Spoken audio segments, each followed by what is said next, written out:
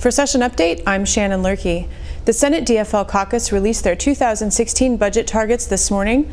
The projected $900 million surplus the Senate DFL would target, $300 million for tax relief, $91 million to address economic disparities, $85 million for rural broadband expansion, and $60 million for natural resources, economic development, and agricultural programs. The Senate DFL would also spend an additional $48.2 million for E-12 education, $47.7 million for higher education, $45 million for the judiciary and public safety, and $43.3 million for health and human services. Senate DFL leaders met with the Capitol media this morning, and here's that press conference.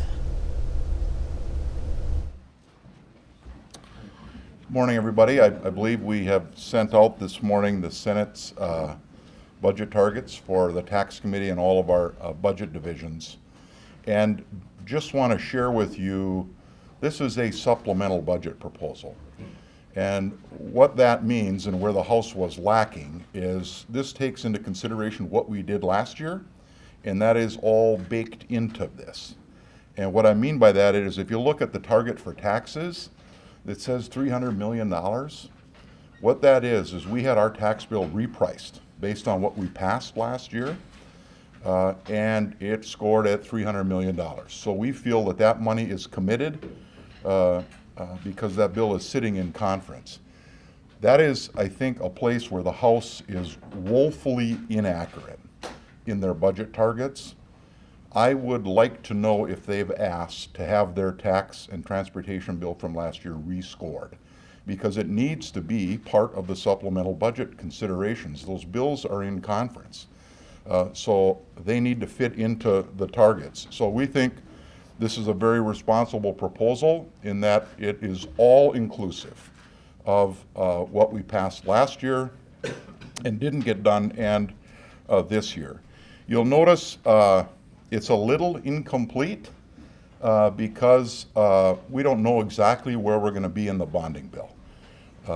So what you see here, if you add up all the numbers, you see $300 million for taxes, you see $489 million in supplemental budget spending. Some of that is one time on things like some of the money in Senator Tomassoni's division is one time, the broadband, of course, is one time, the equity is one time. So of the 489, over 200 million of it is one-time money. That helps us hold down the tails because we believe Democrats are going to control the Senate this time next year, and we're going to be back here putting another two-year budget together. So we want to make sure that this proposal in total, including our tax provisions, is structurally balanced, and it is. So if you add the 300 and the 489, you come up with 789. There's 111 million left that's not on this sheet of paper. We expect that's probably for the most part going to be one-time spending. Some of it could be just left on the bottom line to carry forward into the tails unspent. Some of it likely is going to end up in the bonding bill in the form of cash because some projects aren't bondable. Some of it is going to end up in the form of debt service to pay for a bonding bill that's larger than is contained in the budget forecast.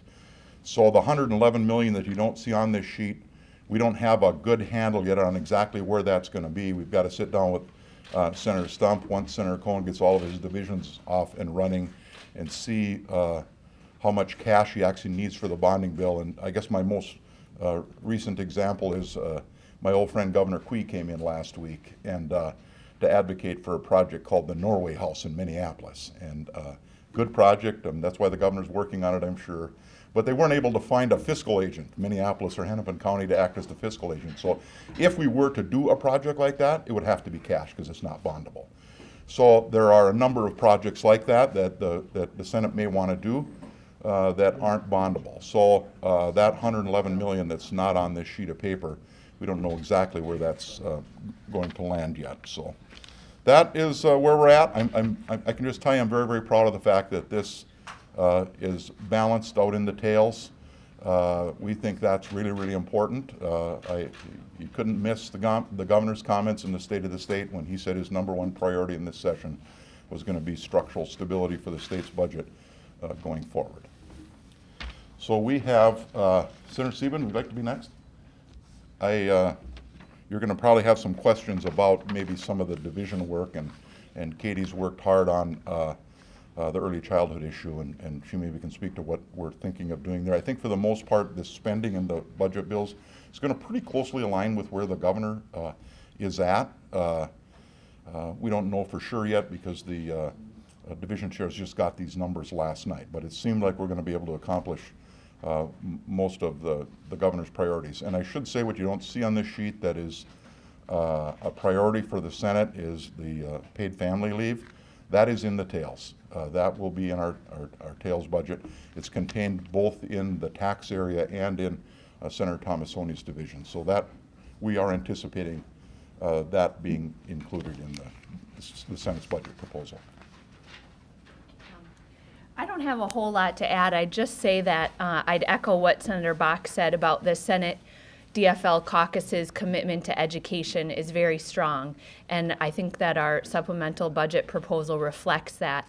Not to tip off too much of what Senator Uyghur hopes to put together in his education package, but I do anticipate and hope that the pre-K expansion that we have talked about, that the governor has advocated for, and that our caucus has supported will be a part of that bill, as well as Senator Kent has worked really hard to fund a program for some one-time money for support staff, including school counselors. Teacher development will certainly be a part of the education article, I believe. So there are a lot of things that I think will have broad bipartisan support and support around the state of Minnesota to help with the teacher shortage, to help prepare our youngest learners for a bright future, and to continue to invest in our public education system. And then finally, as Senator Bakk said, we're still working on the paid family leave proposal. That bill is going to be in finance shortly in Senator Cohen's full finance division, and then in the Senator Skoy's tax committee. So it's still moving forward, but we're hopeful that we'll be able to accomplish that this legislative session. Thank you. Just a couple things. Tom mentioned the one-time money in the budget.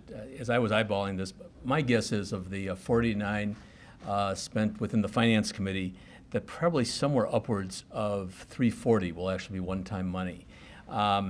Now, obviously, the division chairs, as Tom mentioned, just got these numbers yesterday. We had a caucus subsequent to that to discuss the numbers. And obviously, the division chairs have to put these budgets together, but they have most of them have a very difficult tails target to make sure we keep a good part of this as one-time money. And I will suggest a couple of things. I think I mentioned to several of you that I found the budget forecast for March to be disquieting. It shows that there is not an economic downturn, but certainly a leveling off. And the Senate's going to be very mindful of that. Whatever budget we pass out of the Senate, the combination of finance and tax will absolutely not, based on the present forecast, not put the state in deficit next year. We don't know at this point what kind of tax bill the House Republicans will have, but certainly, and Rod can speak to this better than I, but we've had conversations about where we're going during this year's session, and this could well be a contrast between the House and the Senate, that we will absolutely not pass budgets that, based on this forecast, will put the state in deficit. And we're going to be very mindful as to what the House Republicans do if we see that coming through with their bills.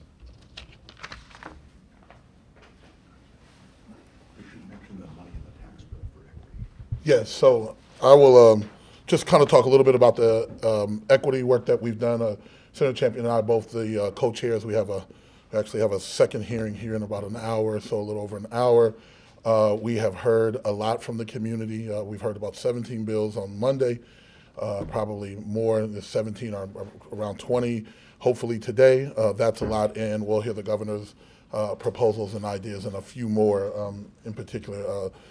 Senator Scully will talk about some tax ideas that he has. So the one thing I will say is we've heard a lot. We're doing a lot of work on it. I will say that there is an absolute commitment obviously you've seen from the governor and from this caucus, we've had bills from members from all parts of the state, obviously the metro, but as well as greater Minnesota on this issue. And I've also had really, really good work with other chairs within our caucus, Senator Bonoff, Senator Scully, Senator Thomasoni, and others, even Senator Uyghur with respect to education. We are working collectively as a team across budget lines to really deal with this issue of disparity that we've all been talking about and you guys have all been writing with. So hopefully we will have a pretty good comprehensive package of things that we think are going to really help Minnesotans that are in the disparate way through education, job promotion, economic development, entrepreneurship, and then some of the supports that go along with that. So we are encouraged. We appreciate the target. A lot of it is going to be one-time money, so we are going to try to make sure that it goes in places in which we can get the most bang from, and that organizations that have a proven track record, including the state departments, of really moving forward. So once again, the commitment to ending disparities, I think we've really made a giant leap forward, and we hope that the leadership in the House also recognizes that. I do see that they didn't provide any leadership, if you will, in their budget on that. And so I think Minnesotans need to know that Democrats in particular really care for all Minnesotans, and we're going to put forth proposals that we think are going to really help. Just real briefly, as Senator Cohn indicated, after the forecast, our job got a lot harder. We had an $800 million downswing in the tails, the out years. And as you've heard, that has been the real rub that we've had as we've tried to set these targets, is how we're going to deal with that. Our intention is to be very cautious. I think the plan is to not do anything that would have any issues negatively on the future budgets. We don't think Minnesota would be well served by that type of activity, so the Senate is not planning on doing that. Senator Bakk did mention that the tax bill was rescored. Basically, the rescoring of last year's tax bill is the same as the target in this year. And there are some new efforts that have come to the forefront that we're going to try to fit inside of that target. There are some diversity issues that Senator Hayden, Senator Champion, Senator Dietzich, Senator Herr have brought forward that we're looking at. The family leave initiative was mentioned, and so it's going to be a slimmed down tax bill, I would expect, but we think that it'll be reasonable and do what we need to do for Minnesota. Well, go back up there, Senator. Sure. How much of the tax bill can be one time? A lot of times, if you're going to cut taxes, for instance, it's going to be ongoing. What are you looking at here? Well, in last year's tax bill, probably around half of it was one-time money. We were paying down some of the shifts and other things that had occurred previously. So there is some one-time money in the tax bill that doesn't work for ongoing tax reductions. There are some mechanisms that we can use that are helpful if it's like the angel investor credit, where we put some money in and it gets spent until the money's gone. We can use those calculations. We do have a program for hiring in areas with high unemployment that might be able to be utilized. So we're looking at some of those things, but clearly we have a one-time money issue also. Any overall tax cuts? Well, we have property tax reductions in our bill. My expectation is those will continue on. We propose to have a reduction in the statewide business property tax with an offsetting change in the rate so that the reduction spreads on all taxpayers. That's in conference. We expect that will be part of the conversation. Senator Hayden, can you kind of address that same question about one-time money for equity and how that will look and kind of how the legislature will need to continue that effort, given that this is not something that you're going to be able to fix with, 1 year budget spending? Yeah, I think that there are, once again, one of our principles is to really look to see if these projects are can be replicated throughout the state. But another one was that we really want to, kind of are listening to bills from, kind of anyone that kind of fits the general criteria of economic development. But I think our decisions will come down to organizations that are already doing good work. And if there's an opportunity for them to expand their capacity, for instance, if you have a job training program that's doing a really good work, and they have a cohort of 50 that they're training, and they can do 100, we know that, and then even if they didn't get the money in the next year, they could still go back down to 50, but now we've got that boost of 50 more people into the workforce. So those are the kind of examples that we're looking at. And then the same thing in some of the departments, indeed, where they have some entrepreneurial grant training or they have some pathway to prosperity grants. Those can grow, and if for some reason that accordion goes back to where it was before, then we're not setting up expectations that people need to depend on this forever. And the idea is that slowly but surely we don't really need a set equity dollars, that we close those gaps, and this was something that we wouldn't have to continue to do. So that's the ultimate goal. This may be a question for Senator Stephen or the Majority Leader. Is this a must-do, the family leave proposal this session, because the House is not going to go along with it? Well, I think it actually sets itself up to do it. It works well to do it this year because some of the one-time costs to start up the program would be, we could spend one-time money for some of the administrative costs, and then the program starts to pay its benefits further down the road. So I think it is a good bill to put forward in a supplemental budget year, I think that, again, it's worth reminding people that the overwhelming majority of Republicans and Democrats support paid family leave. It's a bipartisan issue.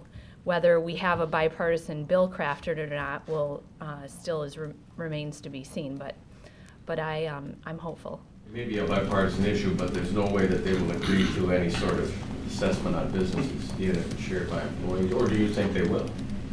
I don't want to speak for them. I think that there's a lot of room for discussions on different proposals within the bill, and I'm hopeful that in the end we can come up with something that both sides can agree to. Is this a must-do, Mr. Leader, this session? Well, you remember before session when we rolled out the DFL Senate's priorities, we said there were 3 things. We'd like to get a robust bonding bill, we'd like to get a transportation bill, and we'd like to do paid family leave. And you'll remember I called in the executive director, I think you'd probably call him, of the business partnership in July, also the new president of the Chamber of Commerce, and told them to start thinking about what they can support in this area, that it was very important to me. And about 2 weeks ago I had a conversation with the Chamber president, and I didn't bring the subject up, he did. And he said, we're still trying to figure out what the business community can support in this area of family leave. So I know they've surveyed their membership and found out a large percentage of Minnesota businesses are already doing something in this area. I take them seriously when they say they're trying to figure out what it is the business community can support. And I wouldn't call this a non-starter. I think there's a very good chance that something can happen on this issue this year. And I am in early May going over to the executive committee of the Minnesota Business Partnership. The timing is probably pretty good, right before the end of session. I think the governor's going over there tomorrow to talk with the state's largest CEOs about this and other things that are priority to us.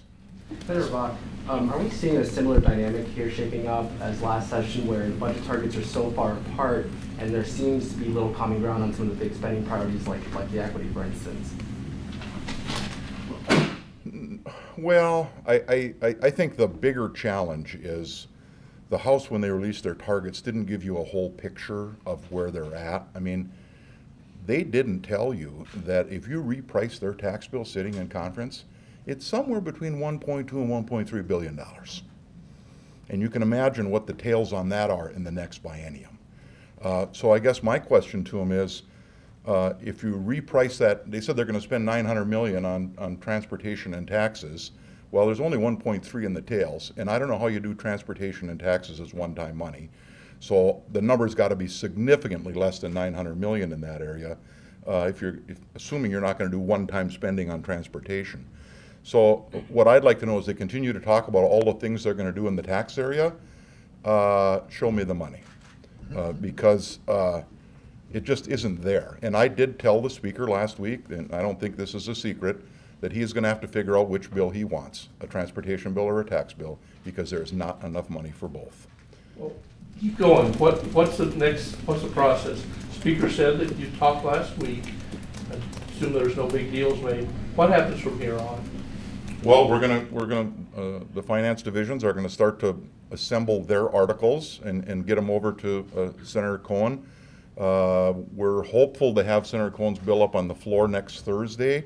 That will depend on the mechanics of all of the nonpartisan staff being able to assemble all of the language that's required in those articles. But if we don't make next Thursday, before the Passover break, I would think by Monday or Tuesday the next week, so the 25th, 26th, we should have a supplemental budget bill on the floor. There's a lot of time between there and May 23rd, when you really think there are really only 4 bills this year. You've got a bonding bill to conferee, a tax and transportation bill, and that might be one bill, tax and transportation. Transportation bills tend to be tax bills, right? They take money to accomplish. And then you got Senator Cohen's supplemental budget bill. We do expect that there'll be one conference committee on the supplemental budget. That's how we've done it previously. So there's a lot of time to try to figure this out. The Senate's going to argue very hard. I think along with the governor, our priorities on spending are very similar to his. They're not perfectly in alignment because, we have members with some priorities who weren't able to do everything at the level the governor wanted things done, but we're pretty closely aligned, and we think the Senate and the governor are going to make a very strong argument to the Republican House. Take the area of bonding. I don't have a clue. I'd like them to send us a bonding bill. It needs to be a House file constitutionally. So they need to get us a bill. And then we absolutely are going to counter. We'll start working with Senator Stump next week on what the size of the Senate's bill is going to be, but we expect it's going to be in the area where the governor is at. But in that case, we really can't get to conference with that bonding committee until they actually send us a bill. We can't send it first. It's unconstitutional for us to do that. So I would urge them, if we're going to have enough time to bonding bills are big projects with big spreadsheets, and it's going to take a lot of time once a target is finally set to negotiate those provisions. So the sooner we're going to get a supplemental budget bill over to them right after the Passover break. We would like them to get us a bonding bill so that we then could get both of those conference committees set. Transportation and taxes are already set to go. Conferees have been named, so there's plenty of time. But yeah, we're a long ways apart. But they're going to come our direction. They're going to come a long ways our direction. With regard to alignment with the governor, the governor's human services budget draws down $130 million in the health care access fund. Are you doing that as well? And if you don't, what does $43.3 million buy? I think we're taking a part of what the governor has proposed. You really should ask Tony Laurie, but I think there's about $74 million that the governor is using out of the healthcare access fund that's actually used for healthcare purposes. So we think that's an appropriate use, but beyond what the governor proposed to actually use for healthcare, we wouldn't take anything additional from the healthcare access fund. So our number from the healthcare access fund will be smaller than the governor's. Could someone talk about the education proposal? And you, as well as the House, are including a proposal to let school districts repay some of their state debts, which the argument is that will free up some money. Someone talk a little bit more detail about that. Senator Cohen, it's maximum effort school districts, and one of them actually is in my district up in Little Fork, but Senator Cohen can speak to that. Well, Tom just gave the basics. You've got these several loans out there, the maximum capital effort loans, and with early repayment, then the districts are forgiven the interest payments that they have to make to the state. So there's an advantage to the districts to do so, and obviously both the House and the Senate are going to book that money because it's the advantage of everybody to do so. So it's as simple as that. And how much money is that? I think it's about, I want to say 55.2, I think. 53. Yeah, I'm sorry, what is it? 53. Yeah, or 52 to 53. Somebody talked about broadband, $100 million from the governor, 85 from you folks. The Republican, the House this morning, are talking about 35 spread over 2 years, basically relying a lot of wireless kicking in. Well, on our side of it was a couple things. One, I obviously don't have any more farms left in my district. It's pretty much an urban district. So I wanted to talk in setting that figure to a number of the greater Minnesota senators. And in fact, of the crowd here, Rod could speak to that better than I could. But our thought was that last year we had 10 million. The request last year was 100 million, so the 10 plus the 85 is almost to the 100 million, coupled with the federal money that's come in, which is approximately 85 million over the next 6 years. Right, over the next 6 years. So that's well over $500 million, and we thought that would hopefully be quite satisfactory for the needs, which are serious needs throughout the state. So Don, what the thinking is there is with the federal money coming in, what we want the state money to do is to leverage the federal program to have faster speeds. And it isn't going to take a dollar for dollar to do that. So we don't know exactly the number to leverage to get that better service, but we think that with the number that the Senate has come forward with, we would have some resources for a few years to be forcing the federal applicants to provide a faster internet service in the rural areas. And just so everybody is aware of this, this is not a uniform issue across all of rural Minnesota, because some of the rural state is served by the rural telephone companies, who their mission is to provide service in rural areas, and they've been doing a good job. This primarily is the communities that had the former Quest as a service provider, and the investments have been harder to come with there. Clearly important, clearly needed, but I think with the money that the state has in the target this year, we'll leverage those federal dollars and get at those issues in those communities. Did I understand you say this 85 million would be used over a period of years? Well, I don't know exactly how that will spread out. I remember or recall the conversations from a couple of years ago when we were first starting this program. It takes time to ramp up. Now, I don't know what phase we are in the ramp up, but my guess is if the federal government is putting 85 million in and the state is putting 85 million in, those projects will last more than 1 year. So whoever comes back, not all of you will be back next year, and come up with a new budget, that 85 million could disappear. No. Well, I mean, it could if the legislature acted on it, but it would be like the angel investor credit is you put some money in it and it gets spent until the money's gone. And sometimes that takes a shorter period of time and sometimes it's longer, and I don't think the forecasters have come up with that at this point. Mr. Leader, as far as the Republicans are concerned, there's a pretty heavy linkage between bonding and transportation in their target budget outline. How do you get out of that and at least get a bonding bill and maybe even get a transportation package that's significant?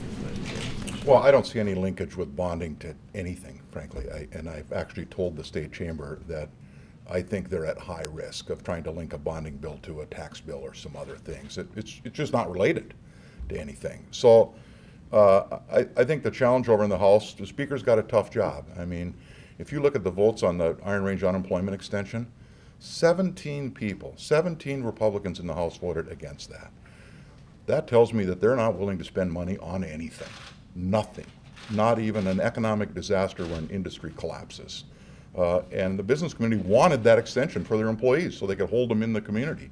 So the Speaker has a large cohort of people that just don't believe in government spending on anything. So the challenge for him is going to be to try figure out if he can't pass a transportation bill on his own, or if he can't pass a bonding bill on his own, and we know he can't do that because of the supermajority requirement. Someone has to get Minority Leader Thiessen and the Speaker in the same room and figure out, to what extent are we going to need Democratic support for the Speaker's transportation and bonding bill to get it done. I think we can accomplish those things in the Senate.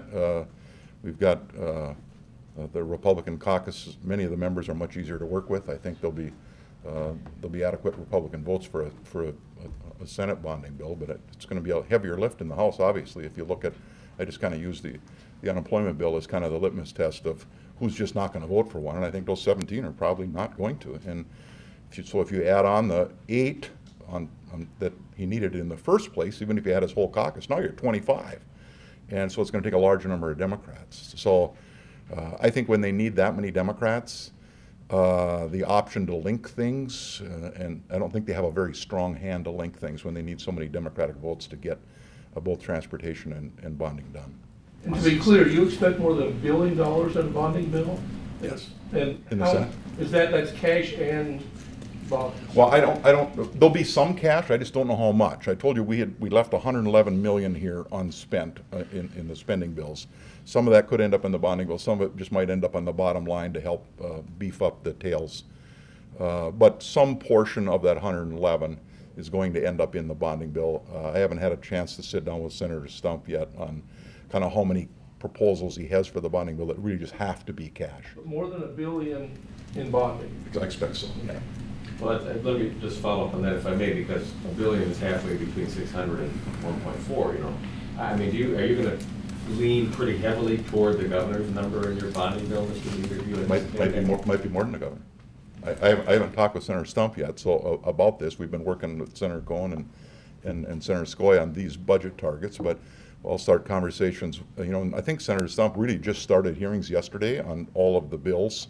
But I expect we're going to be in the neighborhood of where the governor is, and I'm not precluding we're going to be over or under the governor, but we may be over. Mr. Leader, there's some rumblings going around here that the liquor bill for the soccer stadium is going to be held up out of fear that Sunday liquor will be attached to that. Any thoughts? The representatives of the principals of the soccer stadium haven't been to see me about that. When they came to see me last year, the layer of a liquor license never came up. They came to see me about the property tax exemption and the sales tax exemption on the construction material. I have a hard time understanding what the urgency of the liquor license would be, considering we haven't even started construction on the stadium yet. So I'd be surprised if there's an urgency there. Well, the others, the breaks, you could see that or not? On the property tax and sales tax exemption? Well, I think at a minimum on the property tax piece, I think that's probably a pretty critical component to start construction and get the financing on the stadium. So I don't want to speak for Senator Skoye, but I'd be pretty surprised if the property tax exemption wasn't contained in the tax bill. We're going to have to pass a small tax bill, and we've got a conference committee open, but the House or Senate are going to have to pass some provisions like that soccer stadium provision in order to get that into the conference committee. We really feel that one of us needs to have a position on that. So unless the House is willing to do it, and I haven't had that conversation with the Speaker, but I know Senator Skoye's been working on, a smaller tax bill with likely some of the federal conformity in it and other provisions that we'd like to get into that tax conference committee. Senator, could you clarify what you said earlier about your message to the Speaker Dowd about needing to pick between a tax bill and a transportation bill? Is that the size of the House proposals that he has to pick between, or what did you mean? Well, there's not enough money. I mean, they're proposing to use general fund money for a transportation bill of, I think, around $400 million a year, so 800 in the tails.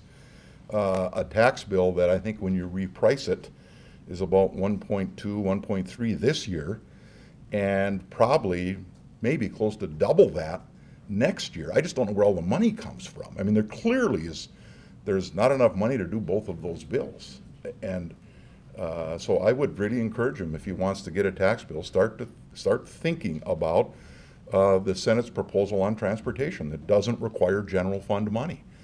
What's interesting about transportation is there is broad agreement across these buildings that we need $600 to $700 million a year for transportation. I mean, I think the Speaker even agrees on that.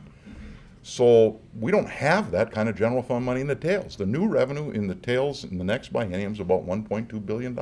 That's what's there. And so if you spent $600 this year in total, you'd have no money next year. So I'm just trying to help them out. There's not enough money to do both bills. At what point do you start meeting with the Speaker to try to find a path to, the end of session?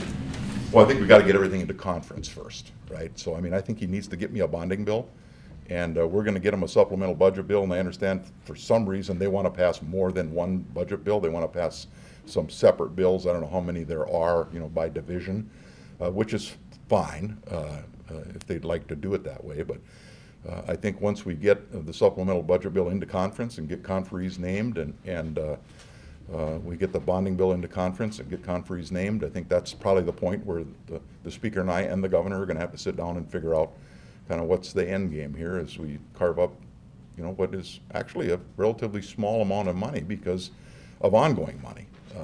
Much of what we do is going to have to be one-time money if we're going to make sure we don't overspend the tails.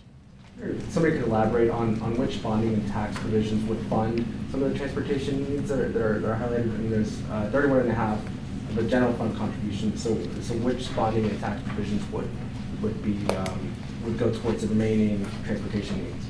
Well, we've got a transportation bill in conference. That's our position, and it's got some license tab provisions in it. It's got some gas tax provisions in it, and that remains our position that we're not going to use general fund money for transportation. There just isn't adequate general fund money to do that. Along that same line, Mr. Leader, if you have as large a bonding bill as you're anticipating, is there money available in that bonding bill for transportation at the House? Well, there's always some component of local roads and bridges in a bonding bill. I'm talking about an initiative in terms of new money. That like the Speaker said, he wants to have a significant amount of money out of their 600 go to the transportation initiative. Fresh, I'm talking about. Is that doable in the context of maybe your bonding bill, which is approaching the governor's number or right around the governor's number? Well, I mean, the problem with that, and I'm not going to say I don't support some transportation bonding because we always have some money for local roads and bridges in it, but that's not a transportation plan. That is some one-time money to do some specific projects on a list, and it's not a transportation plan to fix the infrastructure over the next 10 years. So, and I don't think they should try to fool people that somehow doing some one-time bonding or maybe some one-time general fund is somehow a transportation plan. It simply isn't. And we feel pretty strongly about that it's time to address the transportation infrastructure needs of the state in a long-term way. The Speaker will tell you he agrees we need $600 to $700 million a year for the next 10 years. I've heard him say it. I've heard Representative Pepin even say it. $600 to $700 million a year for the next 10 years. So I think the good news is they've acknowledged the need, and now it's a matter of figuring out where's the money, and there just isn't adequate general fund money to do that. Would you rather see if there was some attempt to dedicate these car lease and auto parts taxes to transpo? Would you rather see that constitutionally as something the voters approve rather than done statutorily? Well, I think that's, I don't see the Senate doing that, but on the amendment piece, I think that's difficult because the rules of the House and Senate require that constitutional amendments be standalone bills. So that's not something that somebody's going to pull a rabbit out of their hat at the end of this session because the rules prohibit that. But if somebody wants to introduce a bill for a constitutional amendment to do something, maybe one's been introduced, I don't know, but I do think that the lease sales tax and the rental car sales tax, I think that was kind of just an accidental omission in 2006 when we put that provision on the ballot. That probably should be dedicated to transportation, but it's not today. So that potentially could be a constitutional amendment I think that I frankly would agree with. I think that's probably what we thought we were doing in 2006. But remember, the constitutional amendment was only part of that 2006 transportation bill. The larger bill was vetoed by Governor Plenty, and the amendment stood. So I'm not sure that time and effort had been put into the amendment that probably should have been if it had stood alone like it will have to this year. So were the House and Senate rules different in 2005 that allowed that amendment to survive the veto? The Senate rules were changed in 2009 to say the constitutional amendments have to be standalone bills. And I wasn't chairing the Senate Rules Committee then, Senator Poggemiller was, but I do remember there was some conversation about what happened in 2006, and the rule change was a result of what happened in 2006. I believe that the change in the Senate was made in 2009. Thanks. Thanks, everybody.